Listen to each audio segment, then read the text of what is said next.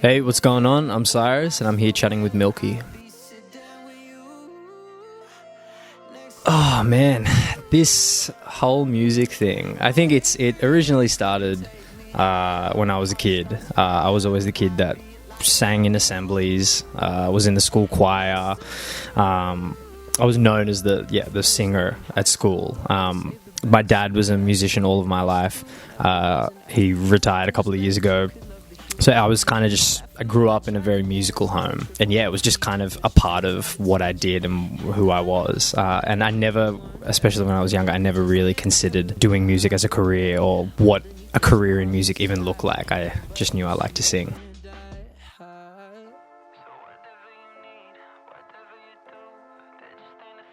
Yeah, I mean, the music industry is a whole universe on its own, and it takes a lot of time and energy and experience to understand how it all works, separate to understanding yourself as a creative and as an artist. After I finished high school, I went to university for 3 months and then left after 3 months and then started to pursue music. Went on the TV show. That was incredible. And I think my kind of taught me this attitude of just to give everything a shot, and if you don't like it, then you can stop.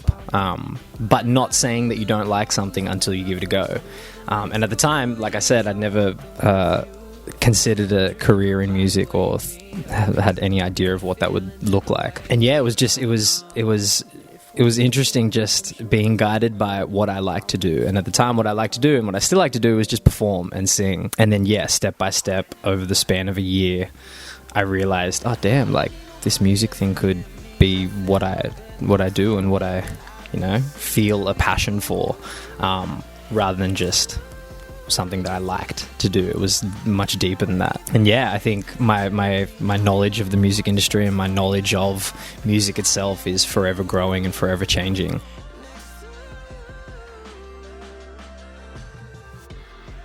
I think taking the time before presenting a body of work was just something that had to be done purely out of me not knowing what it meant to put a body of work together. I have been writing music for 4 or 5 years. And at the start of last year was when I started writing this EP. And it all stemmed from a breakup and heartbreak and heavy feelings and yeah, the only way I know how to process feelings and thoughts are through music. So that was definitely like the first step. And I think I'm at the time I'd been producing music for other people for seriously for about a year and a half, and wasn't doing any of my own music. So I had a very long time just to let myself subconsciously learn about myself as a creative, without putting too much pressure on it, because my focus was on writing sessions and being a producer for other people. When my heart got broken, I was well equipped, in terms of just technical ability to be able to communicate my feelings effectively, through song. And I'm super happy with it. Yeah, it's been a long time since I started writing this EP, and I've listened to I've lived with it for nearly 2 years, but it feels great. It's almost like I treat it like just a journal, like a sonic journal of a very specific period in my life, and that's kind of what I want all of my music to be, kind of just like a recollection of how I feel at that time. The music that I write now is how I'm feeling right now, and I can look back in a year's time and be like, oh man, I've changed since then. I'm stronger. I've grown. Whatever the trajectory's been. It's nice. I'm super proud of the work that I put in. Yeah, it's a good feeling to be able to say this is my first body of work. I think a lot of it's just to do with the music that I grew up listening to and the artists that I now admire. I grew up listening to a lot of Timbaland, Justin Timberlake, Alicia Keys, and then when I was even younger, my dad was always playing Stevie Wonder records and Ray Charles records. So I think soul and R&B was kind of just in my ears from a very young age. And then when I started making music, I started looking up to artists like John Bellion and John the Blind. Clearly a lot of Johns, apparently. But they make pop music, but it's just so unique and different, and there aren't really any rules. And yeah, in terms of like genre, I don't really think too much about what genre my music is. I just like the music is guided by what best communicates the emotion that I'm feeling.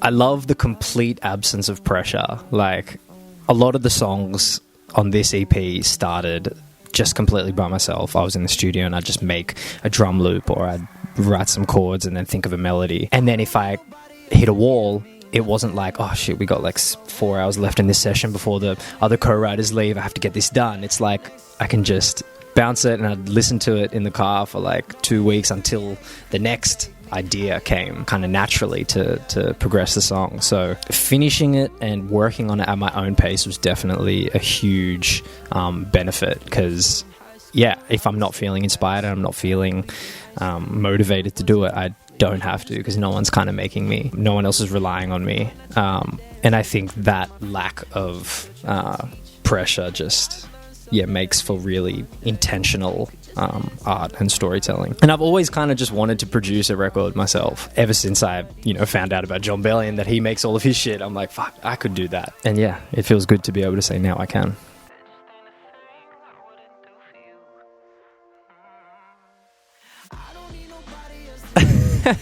Instant diehard fan. Oh man. I mean, I don't even know what my favorite song is of the EP. I think they all have their own purpose in terms of telling a different part of the story, but I think probably the first track. Oh, actually, okay, so there's 2 tracks that I love the most, I think. A380, which I wrote about kind of just like the joyous time at the beginning of a relationship, because although the EP is kind of like about heartbreak and betrayal and sadness and the whirlwind of emotions that come with that, there was at one point in time like something beautiful, and I wanted to kind of like just pay homage to that memory. So that's a nice feeling. And that song, that song's a vibe. I love that one. And then I think ultimately my favorite song is the second track, which is called Eyes Wide. I wrote that on a piano in an underground bar in Japan last year, and it was the first song that I wrote for the EP. It was with my best mate and co-writer and phenomenal artist, Ned Houston. He's awesome. If you don't know him, you should check him out. But we were over in Japan just playing gigs and kind of just having like a work holiday thing, and one of the bars that we were playing at had a piano downstairs. And one day we spent, and this was like fresh after my breakup, it was like 2 weeks after, and I hadn't really I was still kind of like mentally just processing it. I hadn't written anything yet. And then one morning I was like, Ned, today's the day, like this is the day we write a song about this mess. And we spent like 3-4 hours on the piano, and yeah, the vibes were in the room, and the creative gremlins were in the walls, and they helped us put pen to paper. And yeah, super happy with that. And that's Mum's favorite, so that must mean something. So I mean, I'd probably show them that. That was a really long answer, I'm sorry.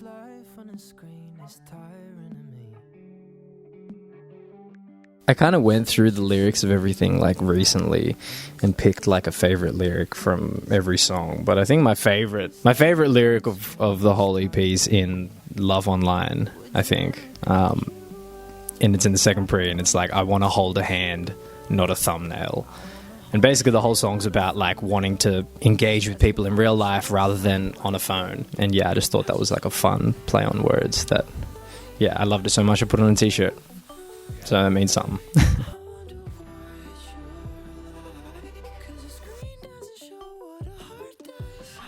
I mean, with my own music, it's often just dictated by an idea or something that's happened recently. Like, I'll have a thought that day about... I wrote a song the other day called Pretty, and it's basically about me on my not so pretty days and being like, I'm not pretty tonight. And when I'm like being a bit grumpy, or I'm being a bit rude, or whatever it is. So I think with my own music, it's often brought on by thoughts that I have, or perspectives that I realize. And then with other people's music, I try and always, be driven by what they want to say and how they want to say it. And that's the interesting part about collaborating with other people, because there's a million different ways and different sounds that you can use to communicate a feeling, right? There's not just one sound. So finding the right sound for the right emotion, but then filtering that through the artist's lens and creative vision is a really interesting process. And since COVID, I haven't been in the room with people in a long time, so I'm very much looking forward to it. My next month is very full,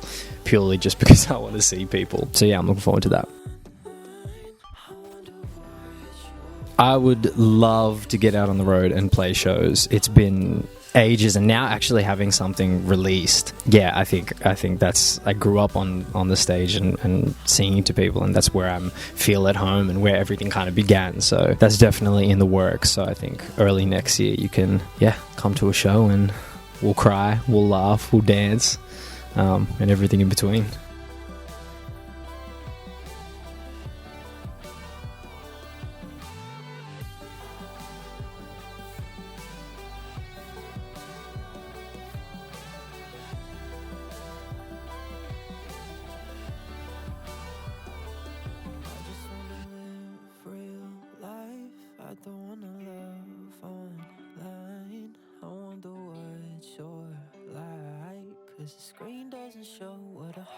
Timbaland, Jon Bellion. Jon Bellion.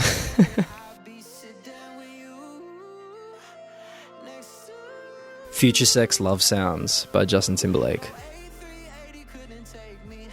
Lucy by Kirsten Salty. Probably like a rom-com, like Are We Officially Dating with Zac Efron? I love that movie. I'm a softie for rom-coms.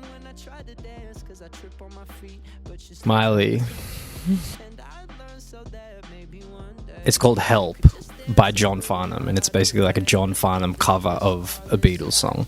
That was like the first song I learned how to play on piano. I think it was like Sam Smith at the Horden ages ago. Jon Bellion. Diary of Alicia Keys or Future Sex Love Sounds. Sentimental Spice. I supported Chloe at the Oxford Art Factory like last year, I think. One of the few shows I've played in the last little while, and that was awesome. Sharing the stage with her, I like idolize her, and I'm fortunate enough to know her on a personal level. Yeah, she's awesome. Love that. Pretty well the only music that I can listen to that isn't like, that I don't listen to analytically and like pick apart the melody and the drums and whatever, is like classical music and jazz. Purely because I don't understand it, so I can just enjoy it and just feel it. Whereas with pop music, with R&B, with hip-hop, I'm like, oh, those drums are sick, what are they doing there? Oh, that lyric's cool. So yeah, jazz and classical. I mean, at this point, it's just a joke when I say Jon Bellion, right? But him. Bieber, I think. He kind of just... There's been so many moments where he has kind of dictated the direction that pop music's taken. And I love that. It's so much power, but so much responsibility. And yeah, his role he's done a good job. Take some risks because I'll hate you if you don't a year from now. I think when I first met strangers that said they knew me and liked what I did, that was something that I'd never really experienced or knew I had the potential to do.